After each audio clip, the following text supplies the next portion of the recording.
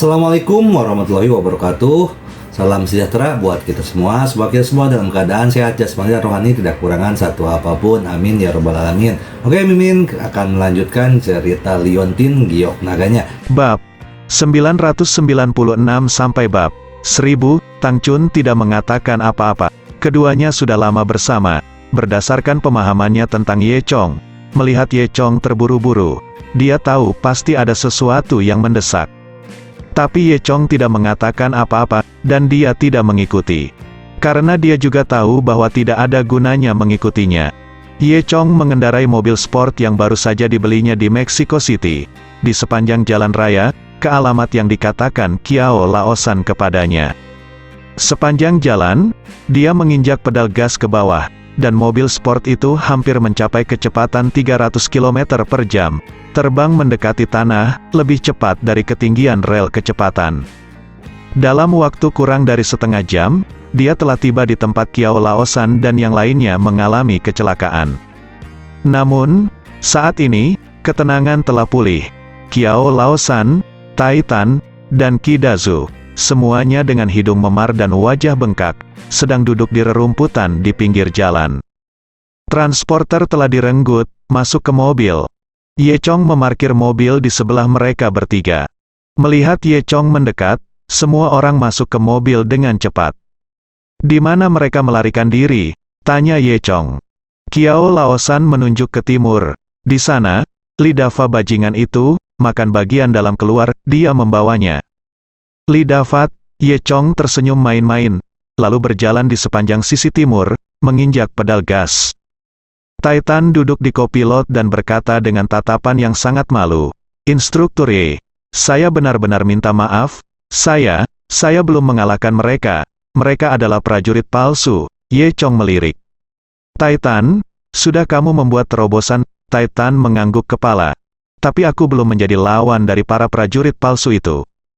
Ye Chong mengangguk dan berkata, itu bukan salahmu. Kamu baru saja menerobos ke prajurit peringkat kuning. Tapi kamu hanya pada tahap paling dasar, dan kamu masih perlu berlatih perlahan. Tai Tan terlihat sangat tersentuh, dan ingin naik dan memeluk Ye Chong. Untungnya, Ye Chong menatap Tai Tan, kemudian, Tai Tan memberitahu Ye Chong apa yang telah dilihat dan didengarnya. Prajurit semu ini kemungkinan besar telah berevolusi. Ye Chong berpikir sejenak ketika dia mendengar ini. Pada saat ini, Ye Chong samar-samar melihat truk itu di kejauhan. Dia menambah kecepatan lagi, kecepatan ini telah melampaui batas kendali manusia. Bahkan Tai Tan ketakutan, Kiao Laosan dan Qi Dazu menutupi mata mereka dan tidak berani melihatnya. Keduanya terus bergumam, Amitabha, Tuhan memberkati, jangan biarkan kami mati. Segera, Ye Chong telah menyusul truk di depan. Itu adalah mobil milik tim desa Xiaoye mereka. Kemudian, Ye Chong berbelok dengan indah dan melewati truk itu. Ye Chong membuka jendela mobil dan berteriak kepada orang-orang di dalam truk, hentikan mobilnya. Ketika Fatili melihat bahwa itu adalah Ye Chong, dia merasa sedikit gugup. Pelayan Wang, ayo pergi, desa ini kepala cukup mampu. Ye Chong juga tertegun. Itu dia, kamu kenal dia? Fatili bertanya. Stuart Wang mencibir, bagaimana mungkin dia tidak mengenal Ye Chong, orang yang merusak perbuatan baik Liu Kaihua.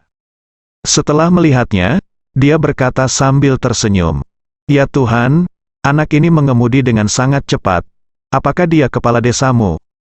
Fatili mengangguk, hei, ini saatnya kamu datang. Hari ini, aku akan menghapusnya untuk Tuan Liu, kata Guan Shiwang. Stuart Wang dapat mencapai posisinya hari ini, semua karena kemampuannya untuk berbagi kekhawatiran para pemimpin. Dia tahu bahwa Liu Kaihua sangat membenci Ye Chong dan ingin menghapusnya. Jadi Guan Shiwang berpikir, mengapa tidak melakukannya sekarang? Memikirkan hal ini, Stuart Wang meminta Fatili untuk menghentikan mobilnya. Stuart Wang, Fatili masih sedikit khawatir. Manajer Wang tertawa dan berkata, karena dia datang ke pintu sendirian, terlalu tidak masuk akal bagi kita untuk tidak memberinya bakat. Hei, itu benar, kamu benar, Fatili juga mengerti. Setelah itu, Fatili menghentikan mobil di pinggir jalan, lalu keluar dari mobil bersama Guan Shiwang dan dua prajurit tingkat Huang.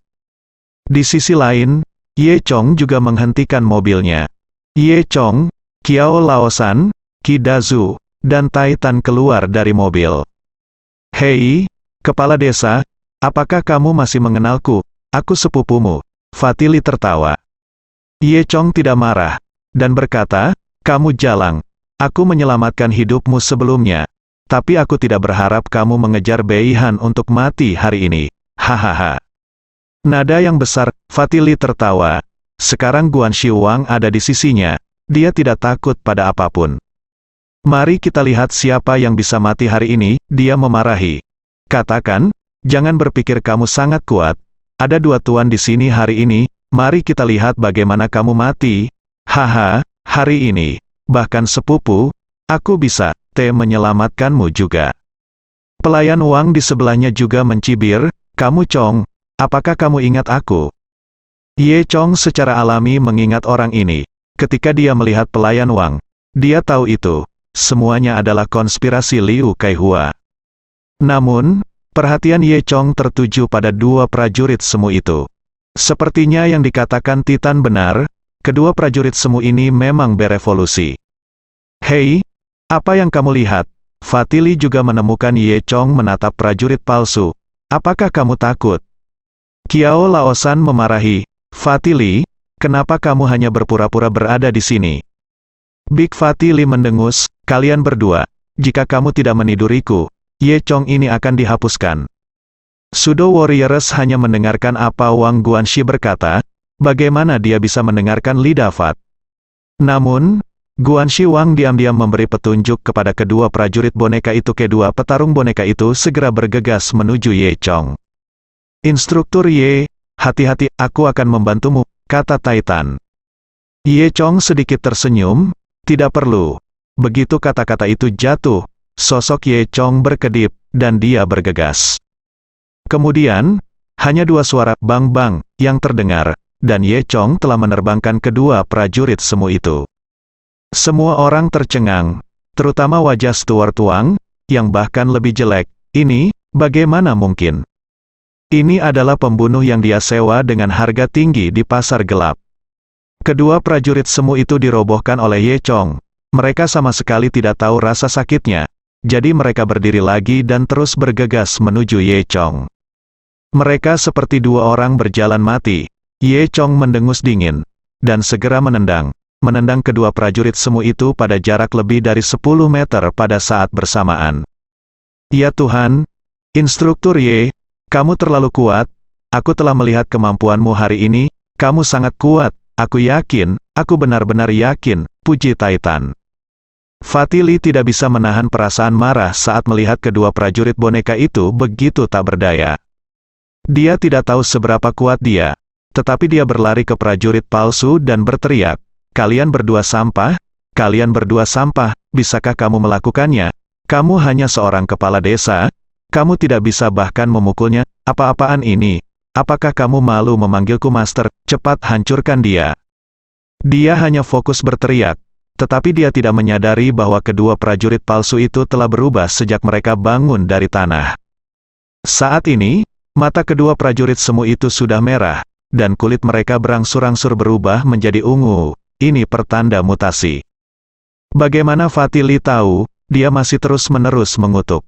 Saat dia hendak mengatakan kalimat berikutnya, seorang prajurit palsu meraung dengan marah, mengulurkan tangannya dan mencengkeram leher Fatili. Hanya ada klik, tapi Fatili tidak mengatakan kalimat berikutnya. Ada dua, mendengus di lehernya, dan kemudian dia jatuh ke tanah mati, mengeluarkan darah dari lubangnya. Stuart Wang di sebelahnya sangat ketakutan sehingga dia segera bersembunyi di balik mobil. Kedua prajurit palsu itu juga mengabaikannya, tetapi menatap Ye Chong yang tidak jauh di depannya. Pada saat ini, dua prajurit semu telah benar-benar bermutasi. Kulit mereka menjadi ungu, mata mereka merah darah, dan mereka bergegas menuju Ye Chong lagi. Ye Chong mendengus dingin, tanpa rasa takut. Ketika kedua prajurit semu itu mendekat, Ye Chong bergerak, dan kemudian mendengar dua klik. Ye Chong memelintir kepala kedua prajurit semu itu. Itu bahkan lebih cepat daripada saat mereka memelintir kepala Fatih Li barusan. Sebelum kedua prajurit palsu itu bisa berteriak, mereka jatuh ke tanah dan mati di tempat. Apa yang terjadi di sini? Kaki Stuart Wang gemetar. Apa yang terjadi, bawahanmu yang baik? Jika instruktur kami Ye tidak ada di sini, kamu akan mati. Titan mencibir, benar-benar bodoh dan tidak takut, dan berani menggunakan prajurit palsu. Ye Chong menatap Wang Guanxi dengan dingin. Apa yang terjadi di sini? Mengapa Anda memiliki dua prajurit palsu? Beraninya pelayan Wang menyembunyikannya, dia mengatakan kebenaran dalam setiap detail. Ternyata prajurit palsu yang dibawa Wang Guanxi disewa dari pasar gelap bawah tanah olehnya. Bahkan, laporan tentang seniman bela diri palsu telah menyebar ke seluruh jalan dan gang. Namun, orang yang menyewakan prajurit palsu kepada Wang Guanxi menjamin bahwa kedua prajurit palsu itu tidak akan menjadi gila.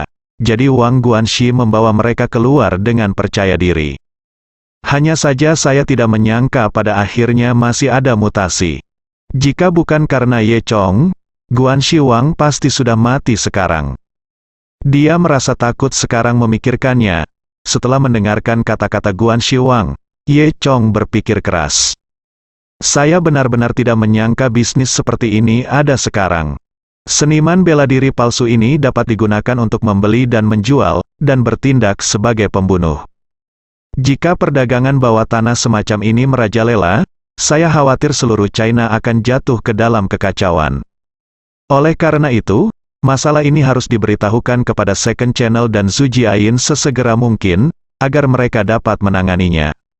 Selain itu, Ye Chong merasa bahwa seniman bela diri palsu ini memang telah berevolusi, jauh lebih kuat daripada seniman bela diri palsu yang dia temui sebelumnya. Dan tidak memiliki pemikiran sendiri, menuruti perintah orang lain. Namun, itu masih akan bermutasi dan mati. Titan datang saat ini. Oh, Instruktur Ye, untungnya Anda ada di sini. Jika tidak, kita akan dibunuh oleh prajurit semu gila ini. Sepertinya saya masih perlu berlatih. Ye Chong mengangguk. Anda benar-benar harus terus meningkatkan. Kemudian, dia berkata kepada Kiao Laosan dan yang lainnya, kamu kirim barang ke Mokeng dulu, lalu kembali ke desa, dan serahkan sisanya padaku. Orang-orang tidak bertanya lagi, mereka hanya tahu bahwa perintah Ye Chong sudah cukup. Setelah itu, Kiao Laosan, Qi Dazu dan Titan melanjutkan perjalanan menuju Mokeng dengan truk. Ye Chong langsung menelepon Zhu Jiayin. Zhu Jiayin mendengar setelah itu, dia dengan cepat menghubungi orang yang bertanggung jawab di Mokeng, dan datang untuk membersihkan tubuh prajurit palsu. Pelayan Wang juga dibawa pergi untuk diinterogasi. Setelah menangani masalah ini, sudah subuh, dan Ye Chong melaju kembali ke Mokeng. Saat ini, di sebuah lembaga penelitian rahasia bawah tanah di Beihan. Sekelompok anggota staf berjas putih sedang sibuk. Di lantai bawah lembaga penelitian, ada ruangan besar yang terbuat dari kaca anti peluru, ada bilik satu persatu. Di setiap bilik ada orang dengan mata tertutup dan tidak bergerak. Tubuh manusia terhubung ke sebuah tabung, dan sepertinya ada cairan yang disuntikkan ke tubuh orang ini. Di sebelah ruangan besar itu ada sebuah kantor, dan ada seseorang yang duduk di dalamnya, tidak lain adalah dewa perang yang sangat terkenal, Kang Jietian. Kang Jietian sedang duduk di sini, membolak-balik beberapa informasi. Isi informasi tersebut adalah versi perbaikan dari hormon transformasi. Versi baru dari hormon transformasi dapat dengan aman mengubah orang menjadi prajurit semu, dan sampai sekarang, belum ada tanda-tanda prajurit semu menjadi gila. Kang Jietian sedang dalam suasana hati yang baik, yang berarti eksperimen mereka sukses.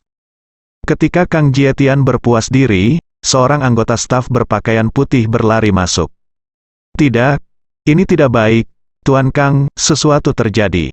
Ada apa? Kang Jietian menyipitkan matanya. Ya, dua prajurit semu yang kita lepaskan sebelumnya masih bermutasi. Apa?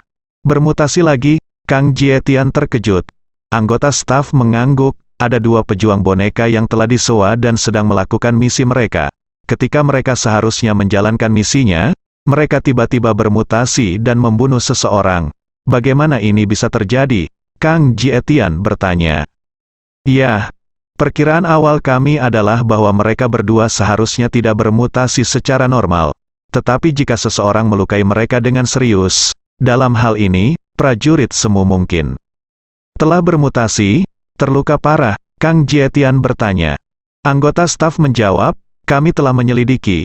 Itu adalah seseorang bernama Ye Chong. Mendengar ini, Kang Jietian menyipitkan matanya, ini Ye Chong lagi. Bos Kang, apa yang harus kita lakukan selanjutnya? Kang Jietian menyipitkan matanya. Mata Jietian berkata dengan senyum main-main, Anda tidak perlu mengurus masalah ini.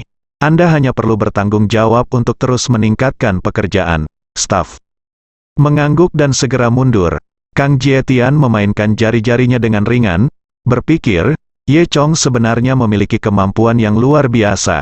Hehe, menyenangkan, sangat menyenangkan. Di satu sisi, obat kecantikan telah dikirimkan ke Tang Chun. Keesokan harinya, krim kecantikan baru sudah ada di salon kecantikan. Krim kecantikan baru ini, Tang Chun menamakannya Dragon God Little Grey Bottle. Ini adalah rencana yang sudah diputuskan. Tang Chun sudah melakukan pengemasan dan seterusnya. Saat krim kecantikan tiba, Tang Chun segera mengatur agar seseorang mengemasnya ke dalam botol abu-abu kecil. Karena publisitas yang kuat dari 3 bibi sebelumnya, penduduk sekitar 10 mil dan 8 kota telah mengetahui tentang krim kecantikan Tang Chun. Saya sudah banyak mendengar tentang khasiat krim kecantikan ini. Orang-orang seperti mereka datang ke sini lebih awal, ingin membeli krim kecantikan ini. Oleh karena itu, segera setelah botol abu-abu kecil Dewa Naga ditampilkan, semua orang bergegas untuk membelinya, dan pemandangan menjadi sangat panas untuk sementara waktu. Tang Chun juga sangat senang melihat pemandangan ini. Pada hari ini, Ye Chong dan Tang Chun sedang makan hotpot.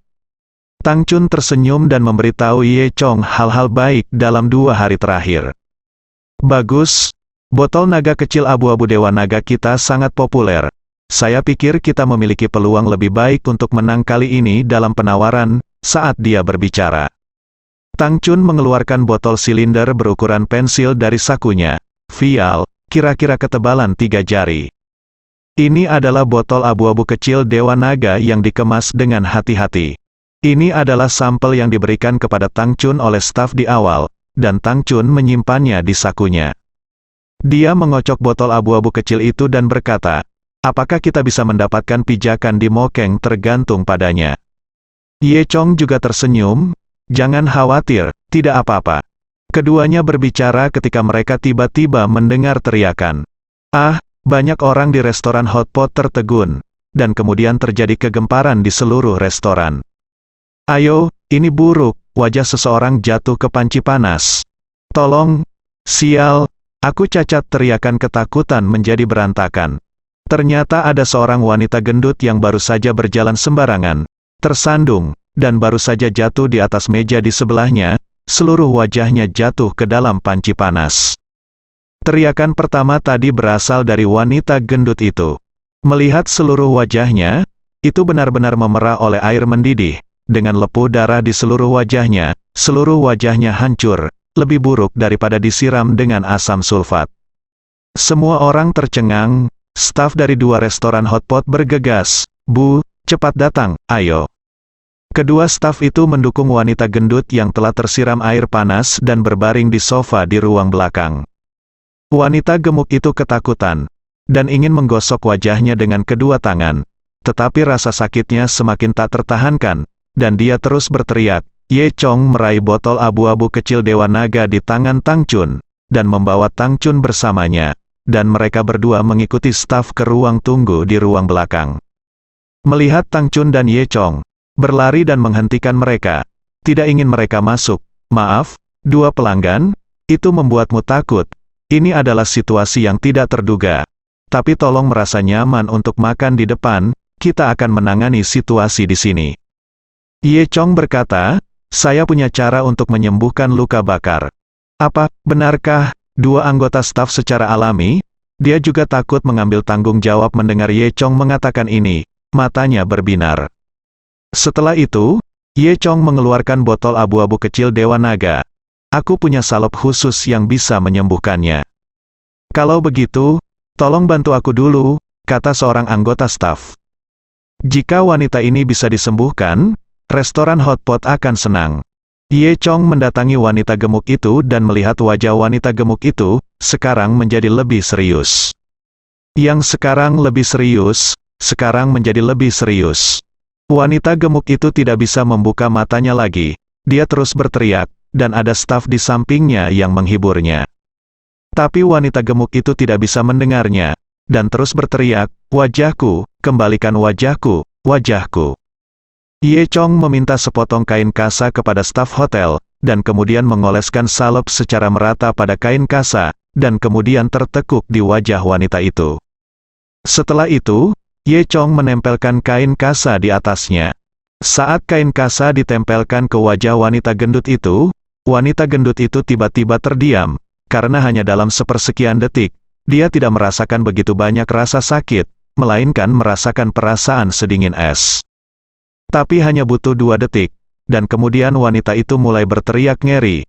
"Apa yang kamu pakai di wajahku? Lepaskan wajahku!" Dia hendak mengulurkan tangan dan merobek kain kasa di wajahnya. Wanita gemuk itu sudah jatuh ke dalam keadaan gila itu. Untuk mencegah wanita gemuk itu bergerak, Ye Chong mengetuk pelipisnya, yang membuat wanita gemuk itu pingsan dalam sekejap dan berhenti meronta. Staf di sebelahnya buru-buru bertanya, "Ada apa?" Ye Chong berkata, "Setelah setengah jam, Anda dapat pulih," lalu melepas kain kasa. Kedua staf itu tidak banyak berpikir, "Oh, bagus sekali Pak, terima kasih banyak."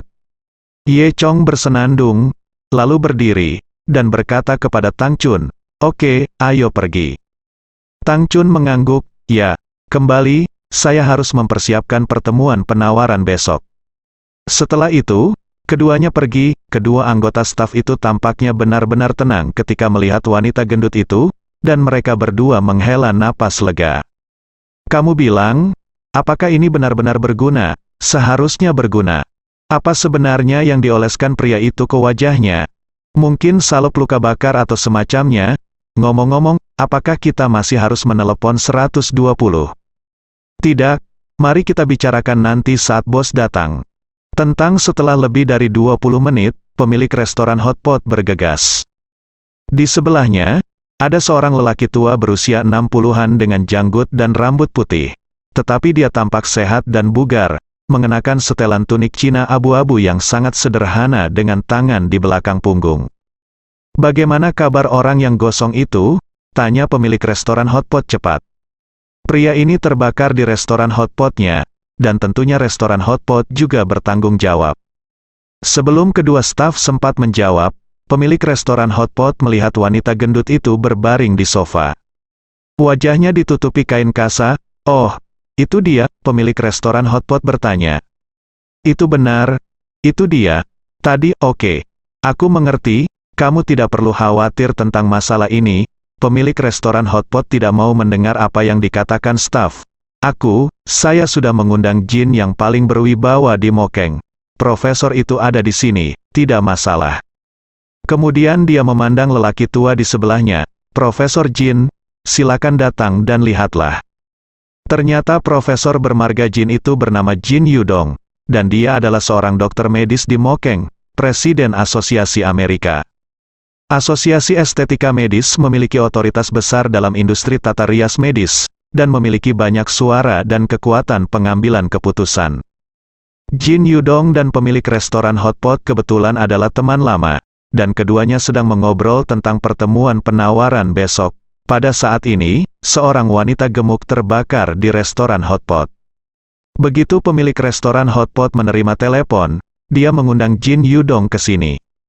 Dua pekerja ketika staf mendengar bahwa Profesor Jin Yudong yang datang. Mereka semua sangat gembira dan mengangguk pada Jin Yudong satu demi satu.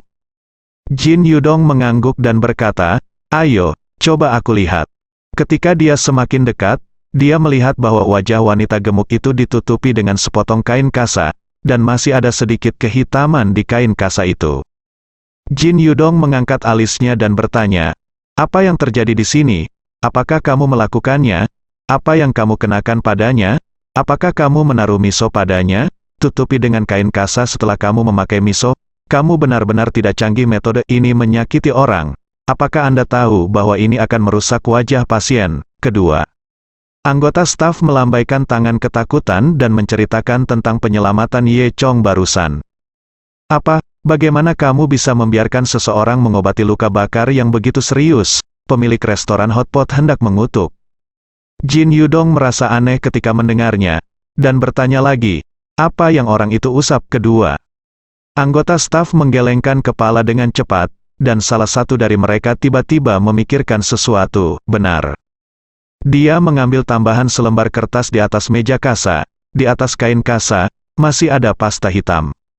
Iya, ini dia. Jin Yudong mendengus, lalu mengambil kain kasa, meletakkannya di bawah hidungnya dan mencium bau salep hitam. Baunya sangat enak, mungkin semacam kosmetik, tapi bagaimana itu bisa digunakan dengan santai di wajah orang yang tersiram air panas? Bukankah ini omong kosong? Omong kosong, Jin Yudong memarahi.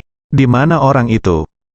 Baru kemudian staf ingat bahwa Ye Chong dan Tang Chun sudah pergi. Mereka pergi, pria itu berkata bahwa setelah setengah jam, tidak akan ada masalah untuk mengangkat cadar, kata staf itu dengan gemetar. Apa, pergi? Biarkan mereka pergi, mereka takut mengambil tanggung jawab. Jadi mereka menyelinap pergi. Kalian berdua idiot, omel pemilik restoran hotpot. Keduanya menundukkan kepala, tidak berani berbicara. Sudah berapa lama? Keduanya melihat ke waktu, setengah jam. Sudah lama sekali, aku bahkan tidak bisa mengejarnya, pemilik restoran hotpot berkata dengan marah. Jin Yudongzong mendengus, melangkah maju, dan melepas kain kasa. Sungguh gila menutupi orang yang terbakar dengan kain kasa. Sebelum dia selesai berbicara, dia membeku di tempat. Apakah kamu yakin dia yang terbakar? Bukankah dia hanya tidur di sini? Tanya Jin Yudong. Dua anggota staf awalnya cukup aneh. Saya tidak tahu mengapa Jin Yudong menanyakan pertanyaan seperti itu. Baru saja mereka akan menjawab, mereka kebetulan melihat wajah wanita gendut itu, dan keduanya juga terkejut. Saat ini, wajah wanita gendut itu sangat mulus. Tidak ada lecet dan tanda merah dari luka bakar barusan. Sebaliknya, seluruh wajah sehalus bayi baru lahir. Ini, seorang anggota staf terdiam karena terkejut. Yang lain berkata, ini tidak mungkin. Mereka semua melepuh begitu parah, mereka pulih dengan sangat baik. Hanya butuh setengah jam, awalnya mereka mengira setengah jam akan menghilangkan rasa sakit, dan dianggap seolah-olah tidak ada lagi serius, berhasil. Tapi saya tidak menyangka wanita itu sembuh total. Jin Yudong berkata, apakah kamu bercanda, Lao Pang? Bukankah ini pertunjukan kecil yang kamu atur? Lao Pang adalah pemilik restoran hotpot. Pemilik restoran hotpot tersenyum pahit. Profesor Jin, apakah saya sangat membosankan? Pada saat ini, seorang anggota staf berkata, ini jelas bukan lelucon. Dia pasti tersiram air panas. Saya masih memiliki fotonya. Dengan mengatakan itu, dia menyalakan telepon karena malu. Ternyata saat wanita gendut itu dibakar, dia mengambil foto dan mempostingnya di Moments. Lalu dia membantu wanita gendut itu masuk ke dalam rumah. Saya melihat berita terbaru di lingkaran pertemanannya. Tidak, sesuatu telah terjadi. Wajah seorang wanita gemuk jatuh ke dalam panci panas di toko kami. Ada gambar di bawah teks, persis seperti wanita gemuk itu ketika dia dibakar. Saat Jin Yudong melihat foto itu, matanya tegak. Dia melihat foto itu, lalu wajah wanita gendut itu, lalu foto itu. Lalu wajah wanita gendut itu. Luar biasa, ini benar-benar luka bakar, Jin Yudong berkata pada dirinya sendiri. Anggota staf mengangguk dan berkata, dia seperti ini setengah jam yang lalu, tanpa diduga, dia baik-baik saja sekarang. Cara untuk menyembuhkan pria ini, dia luar biasa. Mendengar ini, Jin Yudong melihat pasta hitam di tangannya lagi. Apakah ini yang dia gunakan? Sungguh menakjubkan. Jika hal semacam ini digunakan dalam industri kecantikan medis, pasti akan menjadi yang terpanas di antara model-model terpanas. Dia menoleh kedua anggota staf. Siapa nama tuan-tuan? Di mana Anda tinggal? Apakah Anda tahu? Keduanya menggelengkan kepala. Mereka tidak tahu apa-apa tentang Ye Chong. Jin Yudong menghela nafas. Oh, Sayang sekali. Tidak, saya harus kembali dan mencari tahu jenis salep apa ini. Keesokan harinya, zona pengembangan baru, Distrik Timur, Mokeng, Pusat Konvensi dan Pameran Hongbo.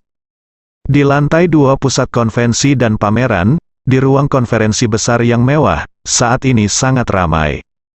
Hari ini, akan ada pertemuan penawaran yang menarik perhatian Mexico City baru-baru ini. Apa yang diperjuangkan oleh klub penawaran ini adalah bagian besar dari lemak yang ditinggalkan oleh rantai kecantikan mode ringan. Ada 2 perusahaan penawaran utama, satu adalah salon kecantikan alami remaja yang didaftarkan oleh Tang Chun, dan yang lainnya adalah perusahaan rantai kecantikan medis Kaihua milik Liu Kaihua. Nyatanya, kedua keluarga ini bukan satu-satunya yang mendambakan sebongkah lemak ini. Banyak orang di Mexico City, baik yang terkait dengan industri maupun tidak, sebenarnya sangat tertarik dengan hal ini. Namun, mereka semua diurus oleh Liu Kaihua. Satu-satunya hal yang tidak bisa ditangani Liu Kaihua adalah Tang Chun. Dengan 3 menit tersisa, Ye Chong dan Tang Chun memasuki venue bersama.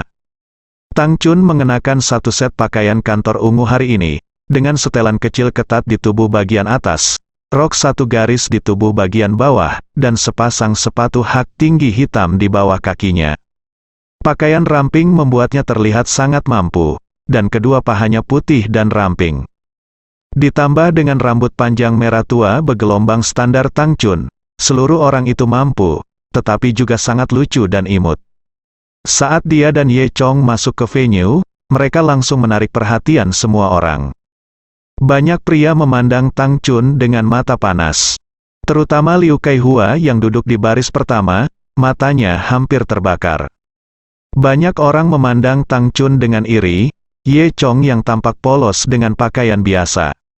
Semua orang berkata, anak ini, dia tidak setampan separuh diriku saat dia berpakaian seperti ini, bagaimana dia bisa berjalan dengan kecantikan seperti Tang Chun? Tang Chun dan Ye Chong berjalan ke baris pertama yang disediakan untuk mereka. Lokasinya di sebelah Liu Kaihua. Liu Kaihua tersenyum dingin. Kemarilah, Nona Tang. Karena lamaran pernikahan Liu Kaihua yang tiba-tiba sebelumnya, Tang Chun memiliki kesan yang sangat buruk terhadap Liu Kaihua, bahkan sedikit jijik.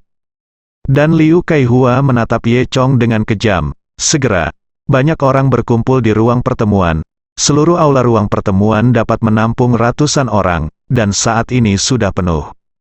Sebagian besar orang datang untuk menyaksikan kehebohan tersebut, dan semua orang ingin melihat siapa yang akan mendapatkannya pada akhirnya.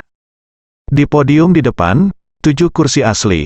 Orang-orang yang duduk di atasnya semuanya adalah pakar tua dalam industri kecantikan medis di Mokeng. Ada 3 pria dan 3 wanita, saling berbisik.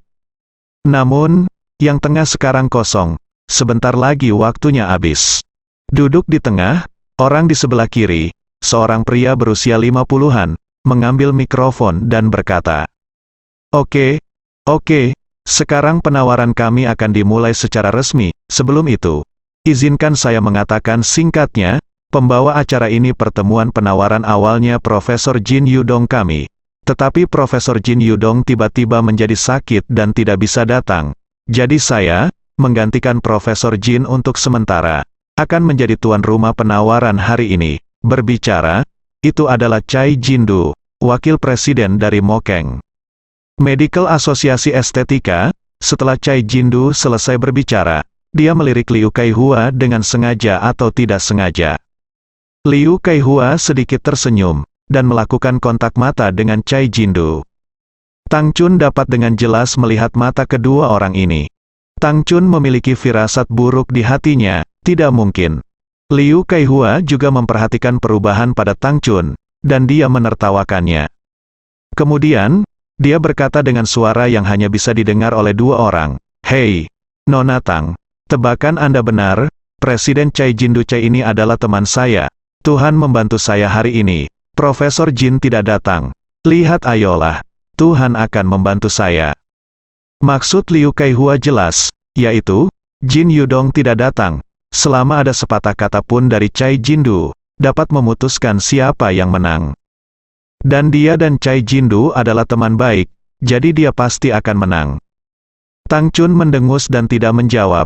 Ye Chong tampak acuh tak acuh, mengangkat bahu dan duduk di sana. Di atas panggung, Cai Jindu melanjutkan. Selanjutnya, kami secara resmi memulai.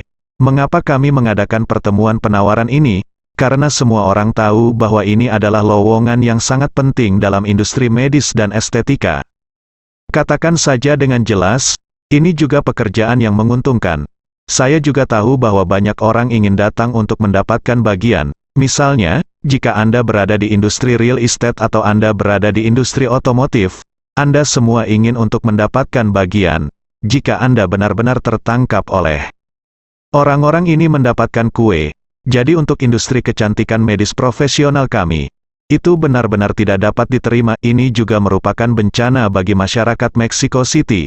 Jadi, kami membutuhkan profesional orang untuk melakukan pekerjaan profesional itu benar. Inilah tujuan mengadakan pertemuan penawaran ini, dan orang-orang profesional harus berpartisipasi dalam penawaran.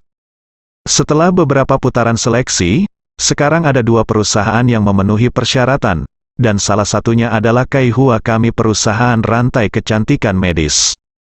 Ada tepuk tangan meriah di tempat tersebut, jelas banyak orang mendukung Liu Kaihua. Cai Jindu melanjutkan, yang lainnya adalah Youth Natural Beauty Salon. Tepuk tangan meriah bergema dari tempat tersebut. Oke, untuk bagian selanjutnya, saya mengundang kedua penawar untuk naik ke panggung dan membuat pernyataan diri, berbicara tentang kekuatan dan kelemahan Anda, dan perubahan seperti apa yang akan Anda bawa kepada kami jika Anda mewarisi bagian ini. Mari kita semua mendengarkannya. Setelah Cai Jindu selesai berbicara, Liu Kaihua tersenyum sedikit dan memberi isyarat kepada Tang Chun, ladies first. Tang Chun tidak banyak bicara, dan berjalan lebih dulu. Tang Chun memberi hormat kepada semua orang, dan kemudian mulai berbicara. Dia sudah menyiapkan pidatonya. Dia pertama kali memperkenalkan dirinya, dan Youth Natural Beauty Salon, dan menjelaskan secara detail seberapa besar salon kecantikan di Luzhu dan Yucheng. Kemudian, Tang Chun menyebutkan beberapa produk panas yang populer di seluruh Tiongkok, dan seri Dewa Naga adalah miliknya. Tang Chun adalah wanita cantik, dan dia sudah memiliki pesona yang tak terlihat, dan apa yang dia katakan sangat mengasyikkan, yang mendapat tepuk tangan dan tepuk tangan dari semua orang.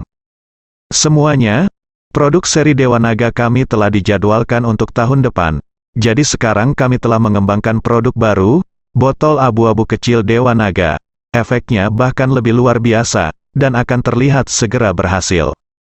Saya tidak berbicara omong kosong, karena kami telah memverifikasinya secara klinis sebelumnya, jadi silakan pilih saya.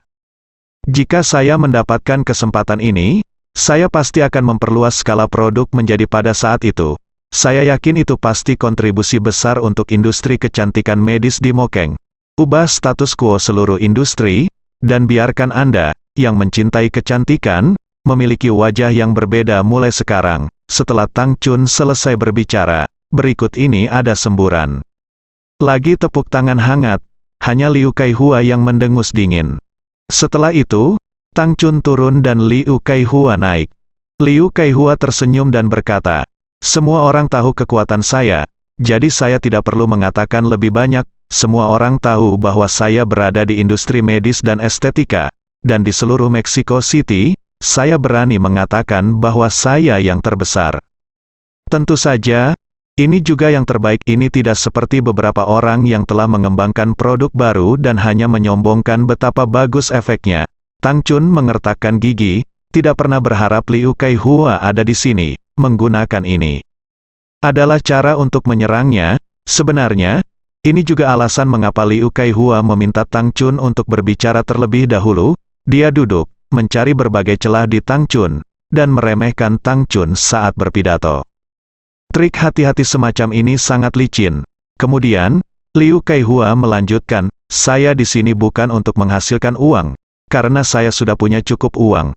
Tujuan saya adalah membiarkan semua orang menikmati produk modern dan bagus kami. Jika saya terpilih, saya akan membeli semua produk mereka, semua dijual dengan harga biaya, hanya agar semua orang dapat menggunakan hal-hal yang baik. Kata-kata Liu Kaihua benar-benar terjangkau, dan semua orang bertepuk tangan. Pada saat ini, Sebuah suara tertawa sebelum waktunya dan berkata, "Berapa banyak uang yang Anda peroleh dari menjual dengan harga pokok? Bagaimana Anda mendukung perusahaan? Anda tidak akan menjual daging anjing saat itu, dan Anda akan menjual produk yang tidak berkualitas baik bagi pelanggan sebagai hal yang baik." Ye Chong yang berbicara, semua orang juga ingat bahwa memang ada risiko seperti itu. Wajah Liu Kaihua berubah, dan sesaat tak terbantahkan. Karena, ini adalah ide aslinya, dan dia bukan orang bodoh, bagaimana mungkin dia tidak menghasilkan uang? Pada saat itu, yang perlu dia lakukan hanyalah menjual yang palsu ke yang asli, dan menjual barang-barang yang harganya 1 yuan hingga 10 yuan, sehingga dia bisa menghasilkan banyak uang. Tanpa diduga, satu kata dari Ye Chong ini menjelaskan kepadanya. Dia tersipu dan mendengus, berhenti berbicara, dan berjalan ke bawah. Segera setelah itu, Cai Jindu berkata, "Oke, karena semua orang telah mendengarkan 2 pidato, mari kita lanjutkan ke item berikutnya. Perusahaan mana yang baik atau buruk, kami tidak perlu membuktikan apapun. Anda memiliki produk bintang, mengapa Anda tidak menunjukkannya dan memperkenalkan produk utama Anda?" Setelah itu, Tang Chun mengeluarkan botol abu-abu kecil Dewa Naga yang telah dia siapkan.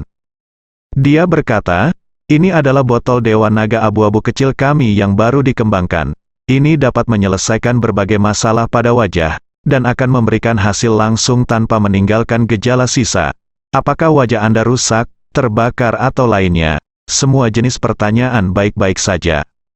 Hehe, kenapa kamu tidak mengatakan bahwa kamu maha kuasa?" Liu Kaihua di sebelahnya berkata sambil tersenyum, "Kamu membuat iklan ini, yang mengingatkanku pada iklan kecil di jalan, tapi ternyata tidak bekerja. Mari bersikap realistis, Nona Tang, karena tidak ada yang begitu baik di dunia ini." Tang Chun mendengus dan berkata, "Apakah kamu tidak melihat namun, bukan berarti tidak ada yang maha kuasa di dunia ini. Hehe, apakah kamu percaya? Apakah Anda percaya bahwa suatu produk dapat menyembuhkan masalah apapun, dan dalam waktu yang sangat singkat? Apa itu mungkin?" Liu Kaihua mencibir. Semua orang menggelengkan kepala, seolah-olah mereka tidak percaya.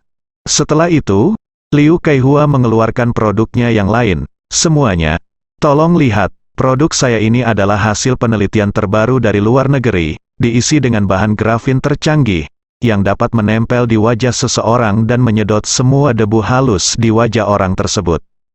Produk ini, yang dikenal sebagai penyedot debu wajah, jelas merupakan artefak di antara artefak, bahkan lebih baik daripada air peri.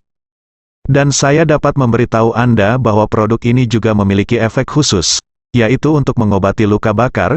Terus terang, saya kebetulan bertemu dengan seorang wanita di restoran hotpot kemarin. Dia tidak sengaja menjatuhkan wajahnya ke dalam hotpot, bagian dalamnya gosong, dan kebetulan saya memegang produk ini di tangan saya dan mengoleskannya di wajahnya. Sekarang, wajahnya sudah kembali normal." Ye Chong dan Tang Chun sama-sama terkejut. Mereka mendengar cerita ini, tetapi semakin mereka mendengarkannya, semakin mereka mendengarnya, semakin mereka mengenalnya. Bukankah ini kisah mereka menyelamatkan nyawa kemarin? Bagaimana? Liu Kaihua memindahkannya kepadanya. Ternyata Liu Kaihua tidak tahu dari mana dia mendengarnya. Tentu saja dia tidak tahu bahwa Ye Chong dan Tang Chun adalah orang yang menyelamatkan mereka. Dia melakukan brainstorming dan menempatkan cerita ini pada dirinya sendiri. Toh tidak ada yang tahu. Dan dia sudah membeli hotpot secara diam-diam, 2 anggota staf di toko. "HMPH, omong kosong," Tang Chun berkata dengan marah. Liu Kaihua tertawa dan berkata, "Saya tidak seperti beberapa orang yang mengatakan apa yang mereka katakan tanpa bukti. Mereka mengatakan bahwa barang Anda sangat bagus. Tidak ada kesaksian sama sekali. Saya punya kesaksian, teman baik. Selanjutnya, tolong, wanita yang saya sembuhkan kemarin, dan staf restoran hotpot, datang dan bersaksi untuk saya," bersambung.